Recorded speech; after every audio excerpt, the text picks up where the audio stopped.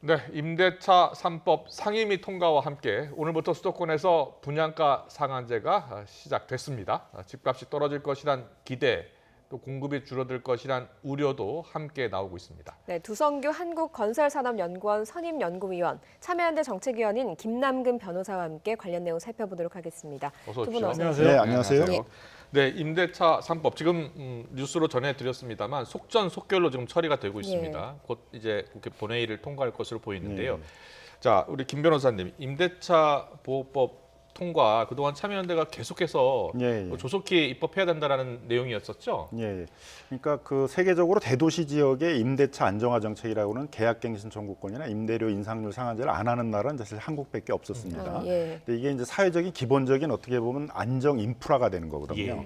이게 없다 보니까 그 서민들에게 이제 뭐 전월세 대출을 해주면 그게 또 임대료 인상으로 이어지게 되고 취약계층에게 주거급여 보조금을 지급하게 되면 이제 정부로부터 돈 받을 수 있다 그러면서 또 임대인들이 임대료 올리게 되고 또 보유세나 임대소득세 같은 것들을 강화하게 또 임차인에게 전가하게 되고 그래서 임대료가 오르게 되고 그러니까 이제 여러 가지 부작용들이 많아서 세계적으로는 대부분 대도시 지역에 있어서는 이런 계약갱신제도 임대료 인상률 상한 제도가 이제 있었거든요. 그래서 한국도 이제 어떻게 보면 이제 그런 다른 나라가 한 60년대 시작했던 제도를 이제 한번 첫 발을 디딘다 이렇게 생각합니다. 이런 제도가 도입된 나라들은 실제로 전월세 값이 안정을 찾았습니까? 뭐 이제 일단 폭등을 하는 시기에 이게 이제 막는 그런 좀 장치들을 하고 있고 또 지나치게 임대료가 많이 올라가는 것들을 이제 막는 장치들을 이제 하고 있는 거죠. 그러니까 뭐 이것만 가지고 임대료가 뭐 안 오른다는 아니지만 적어도 임대료가 많이 오르게 되거나 또 계약갱신 제도가 있으니까 쫓겨날 염려가 없잖아요. 그러니까 임차인과 임대인이 대부분 이렇게 협의해서 임대료를 정하도록 되어 있기 때문에 전체적인 임대차 안정화에서는 상당히 기여를 하고 있는 것이죠. 이 법의 사실 입법 추진은 세입자 주거 안정이긴 합니다. 두성규 의원님은 임대차 보호 3법의 효과 어떻게 보십니까? 네, 일단 이 임대차 3법이 세입자 보호라는 측면에서는 저도 뭐 부인하지 않습니다. 그런데 이제 이 부분에 대한 것들을 갖다 이번에 제도 개선으로 도입하는 과정에서 사실은 매매 시장이 그동안 불안정한 가운데 임대 시장 자체가 한 56주간 그러니까 즉 1년 이상 지금 계속해서 고공행진을 하고 있는 상황이다 보니까 여기에 이 제도를 통해서 그 자체에 그 오는 부분들을 갖다 한순간에 이제 막아버리고자 하는 그런 부분이 있다 보니까 그 사회적 충격이 지금 상당히 큰 것 같고요. 가장 중요한 부분은 이렇게 하는 정부의 노력은 좀 긍정적으로 볼 수 있기는 하지만 이미 지금 많이 올랐습니다. 그래서 최근에 이 법안 부분에 대한 통과 과정들을 지켜보면서 집주인들이 좀 전에 뉴스에도 나왔지만 이제 매물도 거둬들이고 또 실제 이 물량 자체가 지금 굉장히 줄어들고 있는 상황 속에서 이 전월세 부분에 대한 이미 많이 오른 가격 자체를 이 새로운 제도가 개선된다고 하더라도 그것이 하나의 기준점이 될 수 있는 측면들도 있기 때문에 그런 부분들이 현재 살고 있는 분들이나 혹은 앞으로 지금 이쪽에 전월세를 생각하시는 분들이 지금 밝은 기대만 갖고 있는 것은 아니지 않느냐. 그래서 이런 부분들에 대한 충분히 전세 물량이든 월세 물량이든 시장에 충분히 많이 나올 수 있는 환경을 조성해 놨으면 좋은데 지금 제가 볼 때는 정부는 뭐 매매 시장을 통해서 매물 잠김 현상도 많고 또 다주택자들을 많이 때리기를 하다 보니까 그분들이 이제 많은 부분에서 처분하신 분들도 있고 그걸 갖다가 민간 임대로서 내놓지 않는 분들도 있고 정려로 또 돌리시는 분들도 있고 하다 보니까 걱정스러운 부분은 물량이 지금 전월세 물량 자체가 시장에서 기대하는 제도가 정착하는 과정에 있어서 충분하냐 부분에 있어서는 좀 걱정이 되고 있는 상황입니다. 지금 우리 취재 기자가 앞서 보도를 했습니다만 지금 단기적으로입니다. 단기적으로는 지금 전세값이 오르고 있고 또 전세를 찾아볼 수가 없다, 시가 말랐다 이런 표현을 하고 있거든요. 그런데 이게 단기적으로는 그럴 수 있습니다만 내년, 내후년 가면 조금씩 정상을 찾지 않겠습니까? 그 부분은 정상을 찾을 수 있는데요. 이게 사실은 시장의 어떤 정부가 공권력이다 아니면 법 제도를 통해서 사실 관여하는 부분이 긍정적인 효과만 있는 것은 아니거든요. 가장 단적으로 지금 예를 들어 우리나라 같은 경우에는 선진국과 단순 비교가 힘든 부분이 우리는 교육에 대한 관심도 상당히 많은 부분들이 있고 또 제한된 어떤 공간 속에서 많은 분들이 이제 인구 밀도나 이런 부분이 있는데 예를 들면 취업이든지 여러 가지 교육 문제 등으로 해서 특정 지역에 이사를 가고자 할 때 기존에 있는 분들이 이번에 이번에 법제도의 그 개선 등을 통해서 일명 눌러앉기 부분들 그래서 주거 안정을 장기화시켜 주는 건 상당히 긍정적이에요. 그렇지만 한편에서 본다면은 새롭게 그 지역으로 진입을 해야 되는 많은 분들한테는 사실은 굉장히 어려운 더 낙타가 뭐 바늘구멍보다 더 어려운 상황이 되고 또 한편에서는 이렇게 되는 경우에 있어서는 이제 임대인들이 가격이나 기간 가지고는 어떻게 자기 나름대로 권리 행사가 불가능하다 보니까 이제 임차인을 선택하는 과정에서 굉장히 여러 가지 조건들이나 특약 부분들을 제시할 가능성들이 많이 있지 않을까라는 생각을 해봅니다. 네, 예. 김 변호사님, 이 임대차 3법이 이제 도입이 우리나라도 이제 사실상 된 거 아닙니까? 예.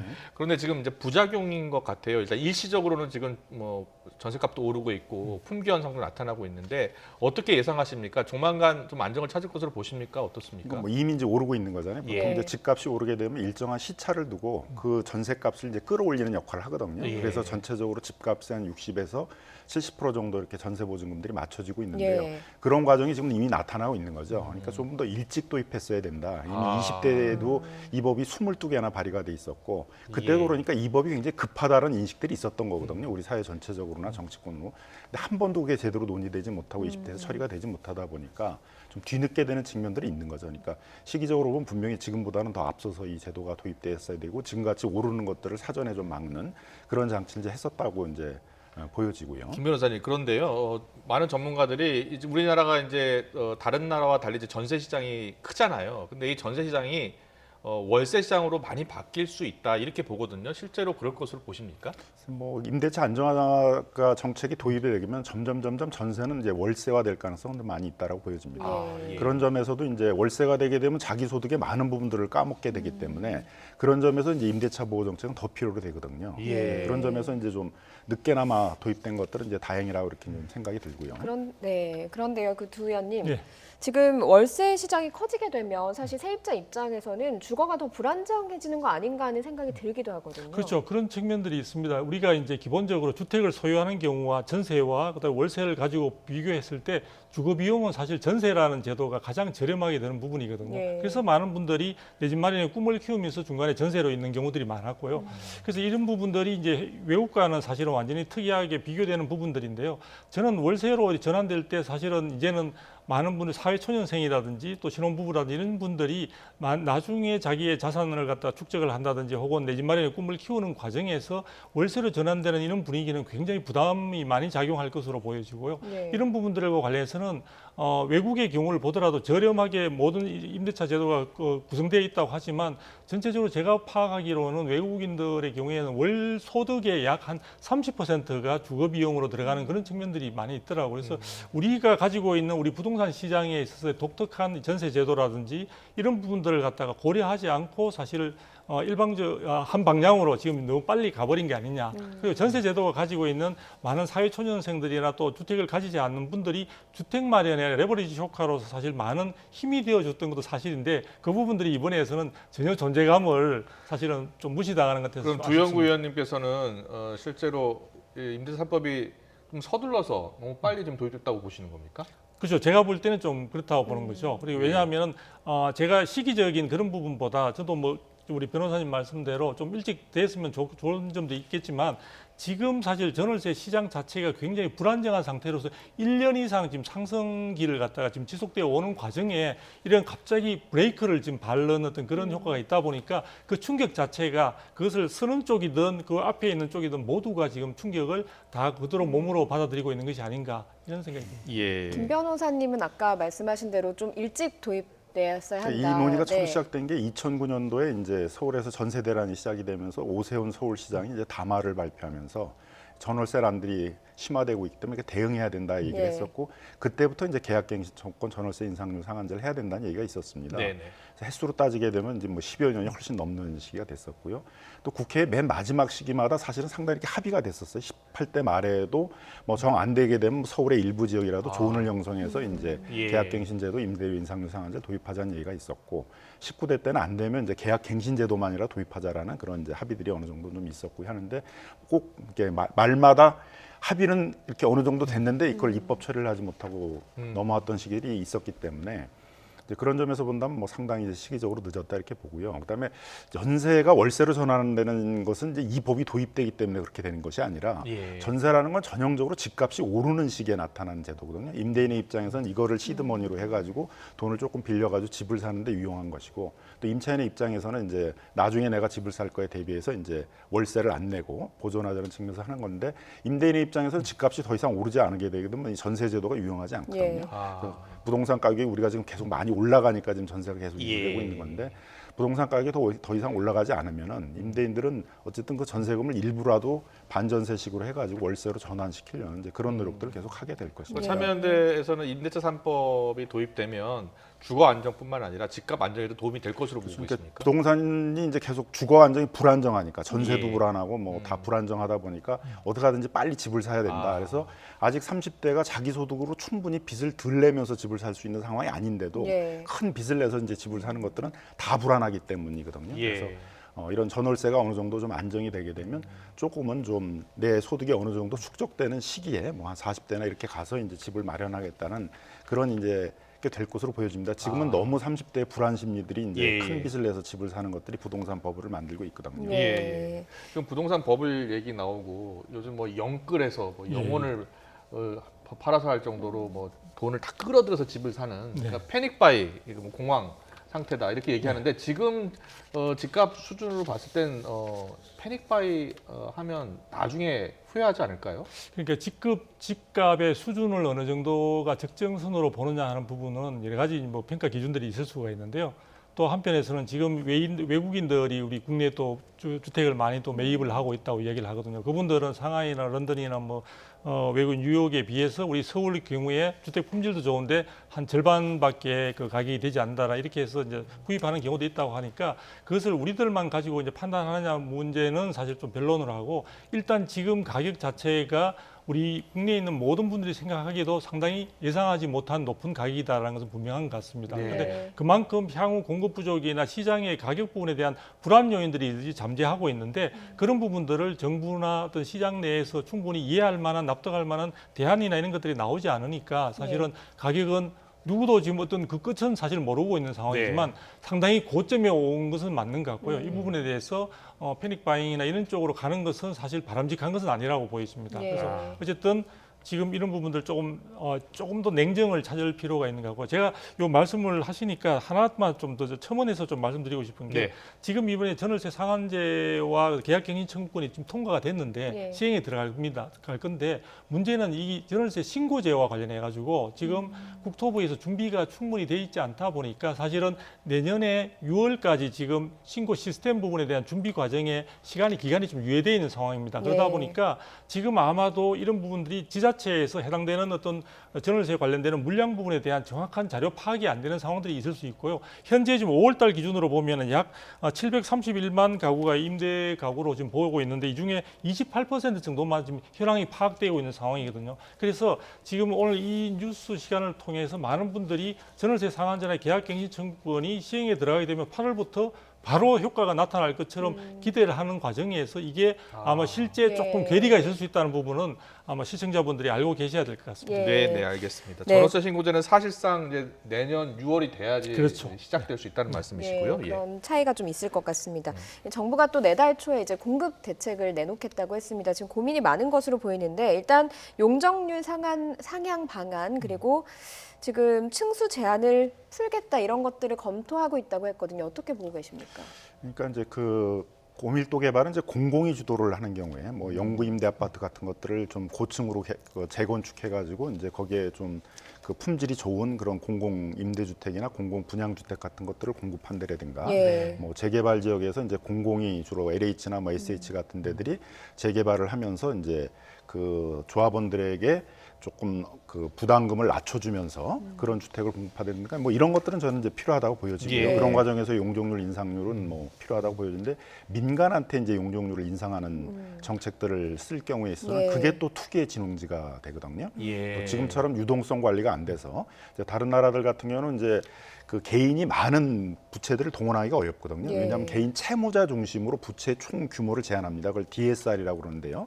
연소득이 1억이라고 그러게 되면 그 1억 중에서 40%인 원금과 이자를 갚아야 되는 게 40%를 못 넘게 돼 있거든요.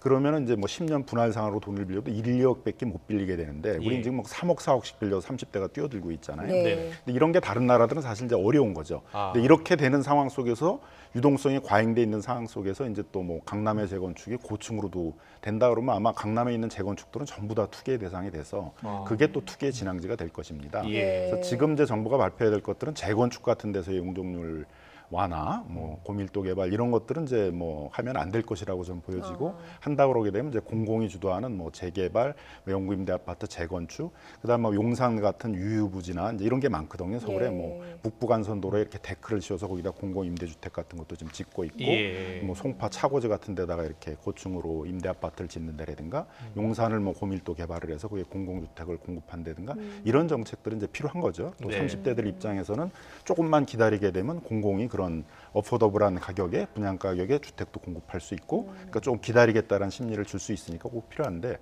먼저 민간한테 그렇게 용적률을 높여가지고 고밀도 개발할 수 있는 걸 주는 것은 이제 굉장한 특혜가 되고, 그게 또 다른 투기의 진앙지가 될 수 있어서 그 부분에 대해서는 좀 상당히 조심해야 된다고 생각합니다. 예. 조성규 의원님 어떻게 보시면 김 변호사님은 민간 아파트에서는 재건축 규제를 완화하면 안 된다. 네. 이렇게 지금 이제 이야기를 하고 계세요. 어떻게 보세요, 조성규 의원님은? 저는 이제 조금 반대 시각에서 접근을 하는데요. 일단 이제 지금 정부가 지금 그동안에는 공급 부족에 대한 것들을 공감을 하지 않았습니다. 예. 그래서 이제 최근에 와서 그런 부분들을 공감하면서 도심지 내에서 공급을 할 수 있는 방안들을 이제 모색하는데, 시장에서 기대하는 물량은 상당히 이제 기대 수준이 상당히 높은 편입니다. 네. 그래서 그런 부분들을 충족하기 위해서는 단순한 도심지 내의 고밀 개발이라든지 또 유지 활용이라든지 이런 것만 가지고는 사실은 충분한 어떤 시장에서 설득력을 갖기는 힘들지 않을까. 네. 그래서 지금 재건축이나 재개발 부분들이 결국은 도심지 내에서 공급할 수 있는 가장 주력 수단으로 되고, 그 다음에 이제 유지 활용이나 고밀 개발이나 이런 부분들이 보조적인 수단으로 해서 해야만이 사실 내년부터 공급 절벽이 되는 이런 상황들에 있어서 시장 불안들을 갖다가 해소할 수 있다고 저는 이제 보고 있는데, 지금 말씀하신 대로 재건축이나 재개발과 관련해서 지금 정부가 용적률이나 청수 부분에 대한 제한을 풀어줄 수도 있는 가능성을 내비치면서, 거기다가 지금 변호사님 말씀대로 공공주도형으로 이야기를 하시니까, 네. 예를 들어 증가되는 물량 부분에 대한 50%를 뭐 임대주택으로 공급한다든지 이런 식으로 지금 생각을 하고 있는데요. 이런 부분들을 전체적으로 해서 예를 들어 이제 수익성이나 사업성을 갖다가 분석을 해보면은 결국 수익성이 난다고 평가하기가 대단히 어려운 상황인 것 같습니다. 네. 그래서 지금 엄마아파트 쪽이나 강남 지역에서조차도 수익성에 대해서 의구심이 든다 이런 식으로 해서 그 안에 대한 지금 반응은 시원찮은 상황들이거든요. 그래서 제가 볼 때는 일단 용적률 자체를 저는 지금 현재도 재건축과 관련해서는 초과이익 환수라고 해서 개발 이익에 대해서 상당히 가져가는 걸 막는 장치가 돼 있고, 또 한편에서는 분양가 상한제가 지금 오늘부터 시행에 들어갔지 않습니까? 예, 민간 택지에도. 예, 예. 그러다 보니까 그런 변호사님이 걱정하시는 개발 이익에 대한 환수 장치가 지금 마련되어 있는데, 거기에다가 이 용적률을 가지고 또 이렇게 좀 하나의 유인책으로 지금 이야기하고 있는 것 같은데요. 지금 있는 이런 것을 정도로는 이미 다른 조치와 함께해서 사업성이 확보되지 않기 때문에 아마 제가 볼 때는 정부의 제안은 뭐 하나의 안으로서 의미는 있겠지만, 예. 저는 큰 시장에서의 기대 효과는 크지 않을 거라고 저는 전망하고 있습니다. 예. 근데 이제 신규 주택의 공급을 다 서울에서 다 해야 된다는 건 뭐 사실은 그렇게 대도시 지역에서 많은 주택들을 신규로 한꺼번에 공급하는 건 불가능한 것들이고, 예. 세계적으로 그렇게 하는 도시들도 없습니다. 그러니까 일정 정도의 분산은 필요한 거고, 그런 점에서 이제 3기 신도시들이 개발이 되고 있는 거고, 예. 내년부터 이제 사전 분양을 시작을 하고 있습니다.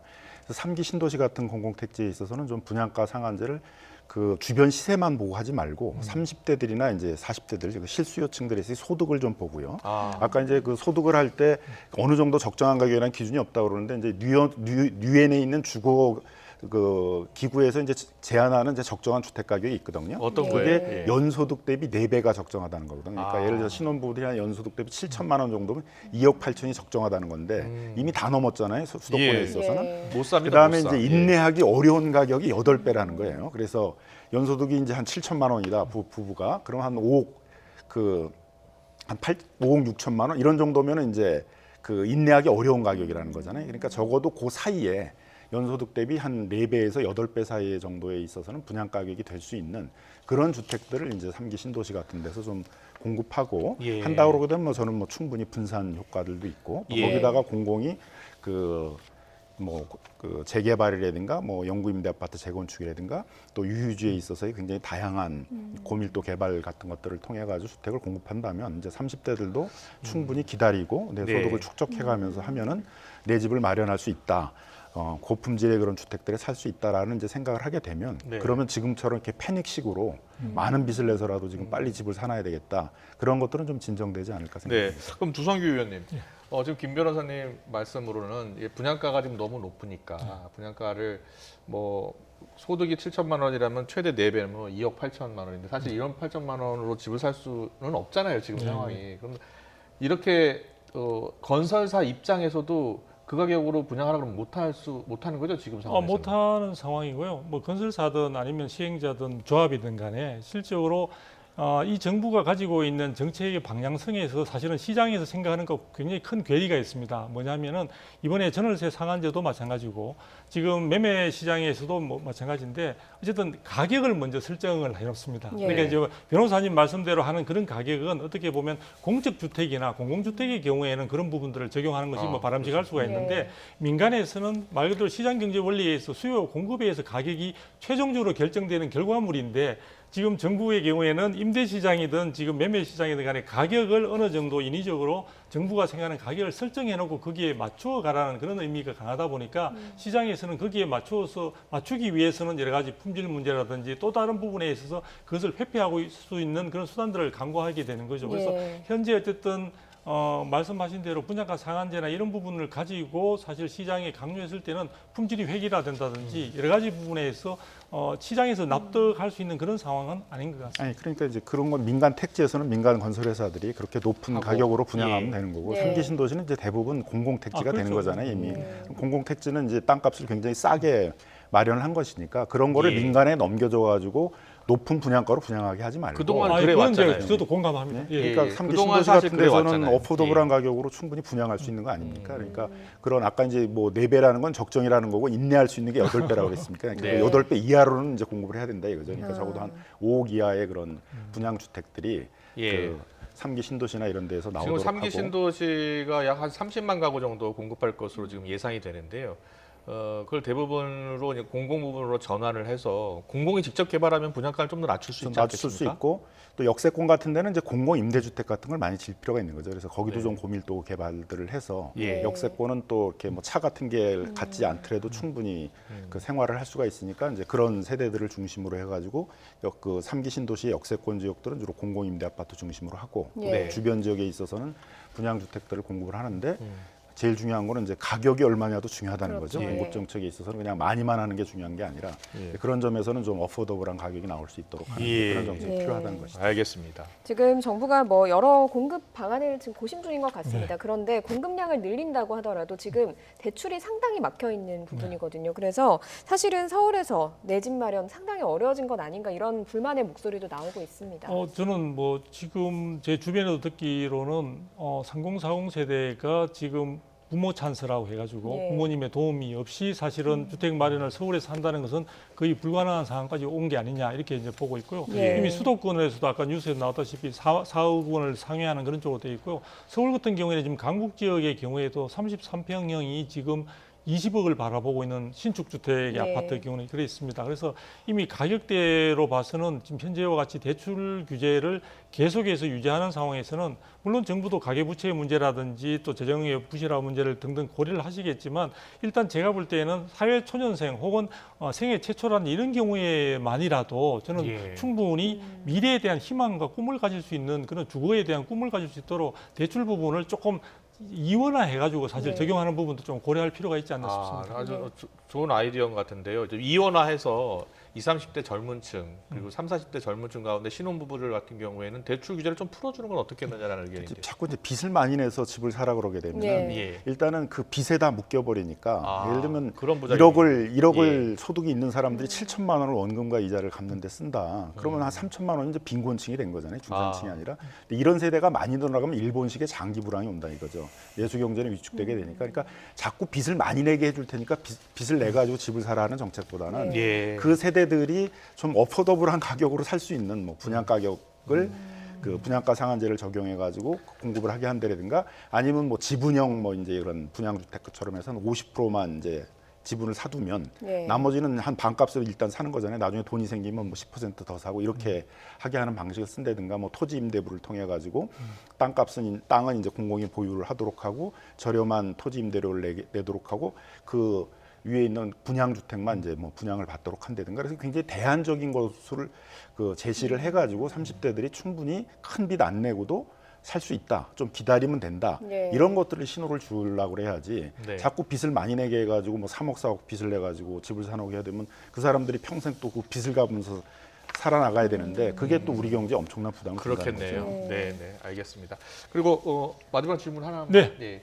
그 분양가 상한제 있잖아요. 네. 분양가 상한제가 근처 아파트 시세 한 7, 80%로 이제 분양하는 거잖아요. 네, 네. 근데 이게 집값을 낮추는 게 아니라 오히려 올릴 수 있는 네. 또 뭐 로또 분양 이런 얘기가 나오거든요. 그 네. 부작용이 좀 있는 것 같아요. 저는 뭐 그 부분이 사실은 이 정부가 문재인 정부가 사실은 부동산 시장에서 투기와의 전쟁을 선포할 정도로 그런 네. 부분들을 최대한 억제하려고 하는데 사실은 유일하게 오히려 투기를 저는 조장하고 있는 분야가 바로 이제 신축 분양의 경우라고 지금 생각을 하는데요. 근데 분양가 상한제를 또 안 하면은 또 높은 분양가로 또 분양하면 또 그것도 또 그렇죠. 부작용이잖아요. 그러니까 그런 부분들에 대해서 분양으로 인해서 생길 수 있는 그 시세 차익 부분들은 저는 공공에서 어느 정도 환수할 수 있는 장치를 해서 그것이 다음에 공공의 임대주택이든 공공주택이든 재원으로 활용을 해야 된다고 보여지거든요. 지금 LH가 조금 전에 우리 변호사님 말씀하신 토지 임대부라든지 환매 조건부라든지 다양한 방법의 어떤 그 주택 공급 방법을 갖다가 모색은 하고 있는데 문제는 그 LH도 일정한 수익을 확보해야 되고 하다 보니까 재원 부분이 충분히 지금 조달되지 못한 상황들이 있습니다. 네. 그래서 저는 분양가 상한제를 로또 분양으로 해서 특정인 당첨된 사람만 일확천금을 가져가는 이런 상황이 아니라 그런 부분에 대한 차익은 적절하게 사회가 하나의 이익으로서 공유할 수 있는 그런 시스템 부분이 보완돼야 되는 즉 청약 시장에도 지금 청약 제도의 보완이 필요한 시점입니다. 네.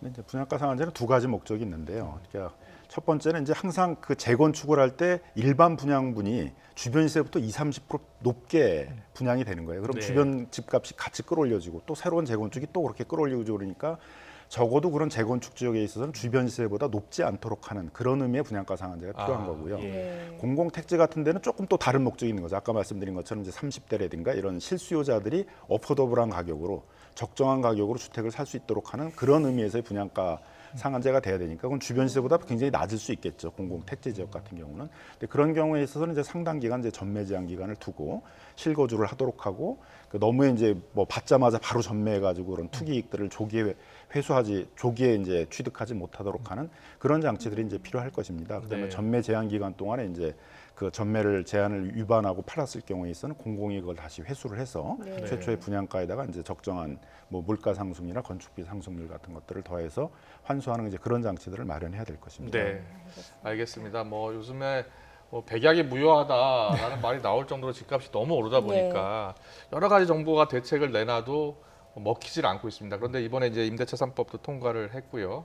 그리고 이제 우리 김 변호사님 말씀대로 이 공공부문의 역할이 중요하다라는 말씀 두 분 다 공히 같은 말씀 해주셨습니다. 오늘 말씀 여기까지 듣도록 하겠습니다. 두성규 한국건설산업연구원 선임연구위원님 그리고 참여연대 정책위원이신 김남근 변호사였습니다. 잘 들었습니다. 감사합니다. 네, 감사합니다.